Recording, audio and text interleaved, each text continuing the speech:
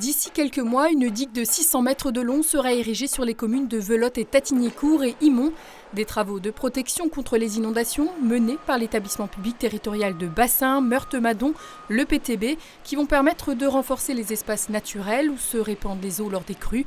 Le bassin versant du Madon subit régulièrement des débordements importants, comme on le voit sur ces images tournées début avril, qui touchent de nombreuses communes aux alentours.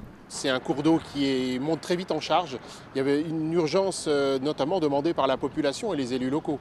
Donc le syndicat de l'EPTB, qui a cette possibilité d'enclencher les travaux, lance cette opération importante pour protéger non seulement Mirecourt, mais tout ce qui est en aval jusqu'à la confluence avec la Moselle du côté de Pont-Saint-Vincent. En cas de crue centenale du Madon, c'est-à-dire un débordement qui se produit en moyenne tous les 100 ans, 1600 personnes et 100 emplois seraient impactés. Après plusieurs années d'études, le choix s'est porté sur une ZRDC, zone de ralentissement dynamique de crue. On crée un ouvrage de génie civil, donc on voit les pales planches qui sont battues à l'arrière, et donc le cours d'eau, le futur cours d'eau va s'écouler entre ces pales planches, où sera érigé un ouvrage en béton armé pour permettre de calibrer le débit de sortie de l'ouvrage.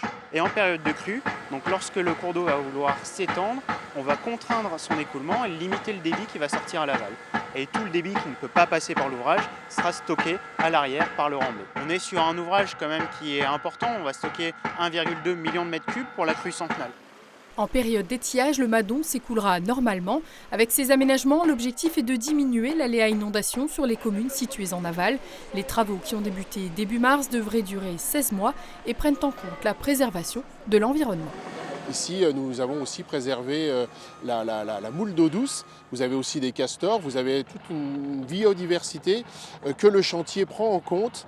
Et non seulement on va préserver durant la vie du chantier, mais l'objectif c'est d'être même plus riche demain en biodiversité sur ce site, parce que cette zone restera une zone évidemment humide qui ne sera en charge que lors des inondations.